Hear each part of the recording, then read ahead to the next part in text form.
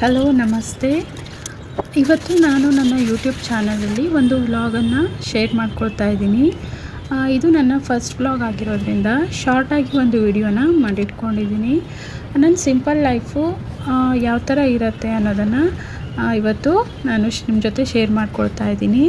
ನನ್ನ morning start ಆಗೋದೇ ಬೆಳಗ್ಗೆ 7 ಗಂಟೆಯಿಂದ. ಎದ್ದ ತಕ್ಷಣ ನಾನು ಹೊರಗಡೆ ಬಾಗಿಲಿಗೆ ನೀರನ್ನು ಹಾಕ್ಕೊಂಡು ರಂಗೋಲಿಯನ್ನು ಹಾಕ್ಕೊಳ್ತಾ ಇದ್ದೀನಿ. ಫಸ್ಟ್ ನಾನು ಫುಲ್ಲು ಟೆರೆಸನ್ನು ನೀರು ಹಾಕಿ ವಾಶ್ ಮಾಡ್ಕೊಳ್ತಾ ಇದ್ದೆ. ಆದರೆ ಇವಾಗ ಮಳೆಗಾಲ ಆದ್ರೂ ಕೂಡ ನಮ್ಮ ಏರಿಯಾದಲ್ಲಿ ವಾಟರ್ ಪ್ರಾಬ್ಲಮ್ ಇರೋದ್ರಿಂದ ನಾನು ನನ್ನ ಬಾಗಿಲನ್ನಷ್ಟೇ ಕ್ಲೀನ್ ಮಾಡ್ಕೊಳ್ತಾ ಇದ್ದೀನಿ. ಹಾಗೆಯೇ ನಮ್ಮ ಮನೆಯಲ್ಲಿ ಪೂಜೆ ಬೆಳಗ್ಗೆನೇ ಆಗಿರುತ್ತೆ. ಹಾಗೆಯೇ ಮಾರ್ನಿಂಗ್ ಬ್ರೇಕ್ಫಾಸ್ಟ್ಗೆ ಅಂತ ನಾನು ದೋಸೆನ ಮಾಡಿದ್ದೆ. ಬ್ರೇಕ್ಫಾಸ್ಟ್ ಎಲ್ಲ ಆದ ನಂತರ ಕಿಚನ್ನು ಈ ಸ್ಥಿತಿಯಲ್ಲಿರುತ್ತೆ.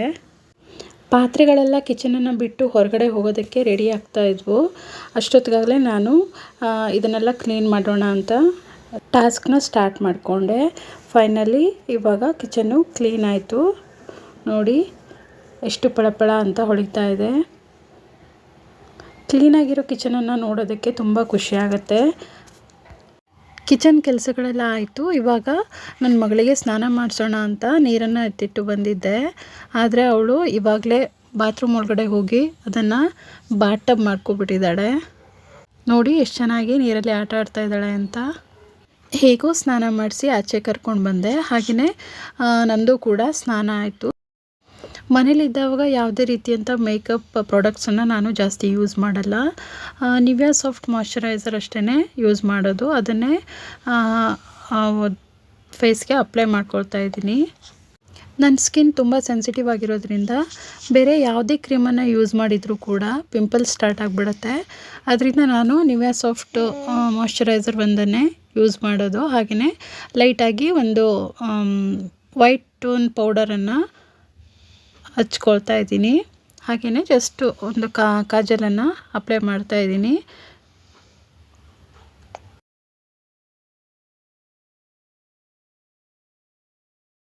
ಇಷ್ಟೇ ನನ್ನ ಮೇಕಪ್ಪು, ಡೈಲಿ ಮೇಕಪ್.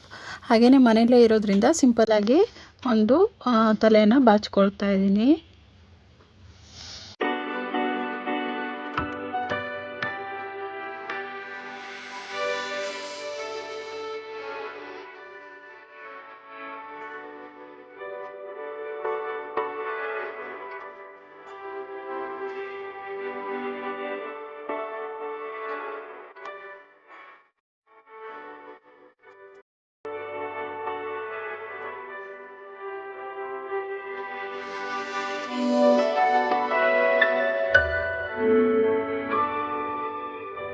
ನೋಡಿ ಈ ಕಡೆ ನನ್ನ ಮಗಳು ಕೂಡ ರೆಡಿಯಾಗಿದ್ದಾಳೆ.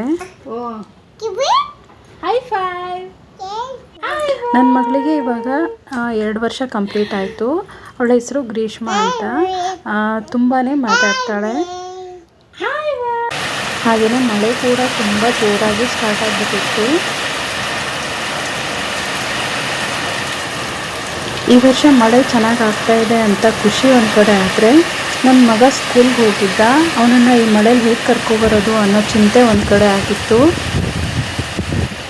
ಹಾಗೆಯೇ ಬೇಗ ಅಡುಗೆ ಕೂಡ ರೆಡಿ ಮಾಡ್ಕೊಂಡ್ಬಿಟ್ಟೆ. ಸಿಂಪಲ್ಲಾಗಿ ಅನ್ನ ಸಾಂಬಾರನ್ನು ರೆಡಿ ಮಾಡಿಕೊಂಡೆ. ಹಾಗೆಯೇ ನನ್ನ ಮಗಳಿಗೂ ಊಟ ಮಾಡಿಸ್ಕೊಂಡು ಸ್ಕೂಲ್ಗೆ ಹೋಗೋದಕ್ಕೆ ಅಂತ ಇಬ್ಬರೂ ರೆಡಿ ಆದ್ವಿ. ಈ ಥರ ಮಳೆ ಇದ್ರೂ ಕೂಡ ನನ್ನ ಮಗಳಿಗೆ ಹೊರಗಡೆ ಹೋಗ್ತಾ ಇದ್ದೀನಲ್ಲ ಅಂತ ಒಂದು ಕಡೆ ಖುಷಿ.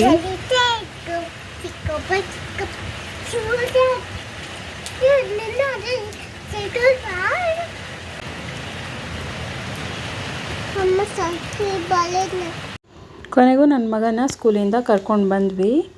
ಅವನು ಕೂಡ ಬಂದ ತಕ್ಷಣ ಡ್ರೆಸ್ ಎಲ್ಲ ಚೇಂಜ್ ಮಾಡಿಕೊಂಡು ರೆಡಿ ಆಗ್ತಾ ಇದ್ದಾನೆ. ಶೂ ಒಂದು ಕಡೆ, ಸಾಕ್ಸ್ ಒಂದು ಕಡೆ, ಎಲ್ಲ ಕಡೆನೂ ಕಿತ್ತಿ ಬಿಸಾಡ್ತಾ ಇರ್ತಾನೆ. ಆಮೇಲೆ ಎಲ್ಲ ಎತ್ತಿ ನೀಟಾಗಿ ಇಟ್ಕೋಬೇಕು. ಹಾಗೆಯೇ ನನ್ನ ಮಗಳು ಕೂಡ ಈ ಕಡೆ ಒಂದು ಕೆಲಸ ಮಾಡ್ತಾನೇ ಇದ್ದಾಳೆ. ಹೊರಗಡೆ ಬಾಗಿಲಿಗೆ ಹೂವು ಇಟ್ಟಿದ್ನಲ್ವ, ಆ ಹೂವನ್ನೆಲ್ಲ ಕಿತ್ಕೊಂಡು ಬಂದು ಈ ಕಡೆ ಏನೋ ಮಾಡ್ತಾ ಇದ್ದಾಳೆ. ಸ್ವಲ್ಪ ಹೊತ್ತು ಹೀಗೇ ಆಟ ಆಡ್ತಾ ಇದ್ಲು. ಆಮೇಲೆ ಮಲ್ಕೊಂಡ್ಬಿಟ್ಲು. ಮಲಗಿದ್ರೆ 1 ಅವರ್ ಹೀಗೆ ಮಲಗ್ತಾಳೆ. ಅವಳು ಮಲಗಿದ ಟೈಮಲ್ಲಿ ನಾನು ಈ ಕಡೆ ಬಟ್ಟೆನೆಲ್ಲ ವಾಷಿಂಗ್ ಮಿಷಿನ್ಗೆ ಹಾಕಿ ವಾಶ್ ಮಾಡ್ಕೊಂಡ್ಬಿಟ್ಟೆ. ಮಳೆ ಸ್ವಲ್ಪ ಕಡಿಮೆ ಆಗಿದ್ದರಿಂದ ಬಟ್ಟೆನೆಲ್ಲ ಹೊರಗಡೆ ಹಾಕೊಳ್ತಾ ಇದ್ದೀನಿ. ಮತ್ತೆ ಇದೇ ಥರ ಮಳೆ ಸ್ಟಾರ್ಟ್ ಆದರೆ ಈ ಬಟ್ಟೆಗಳೆಲ್ಲ ಯಾವಾಗ ಮನೆ ಒಳಗಡೆ ಬರುತ್ತೋ ಅನ್ನೋ ಚಿಂತೆ ನನ್ನ ಮನಸ್ಸಲ್ಲಿತ್ತು.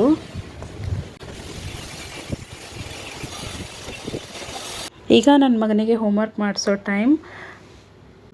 ಮೂಡ್ ಚೆನ್ನಾಗಿತ್ತು ಅಂತ ಅಂದರೆ ಹೋಮ್ವರ್ಕ್ನೆಲ್ಲ ಫಾಸ್ಟಾಗಿ ಬರ್ಕೊಂಡು ಬಿಡ್ತಾನೆ. ಇಲ್ಲ ಅಂದರೆ ಒಂದು ಸಬ್ಜೆಕ್ಟಿಗೇ 1 ಅವರ್ ಕೂತ್ಕೊಬಿಡ್ತಾನೆ. ಇದು ಫಸ್ಟ್ ವ್ಲಾಗ್ ಆಗಿರೋದ್ರಿಂದ ಜಾಸ್ತಿ ಏನು ವಿಡಿಯೋ ಮಾಡ್ಕೊಳ್ಳೋದಕ್ಕೆ ಆಗಿಲ್ಲ.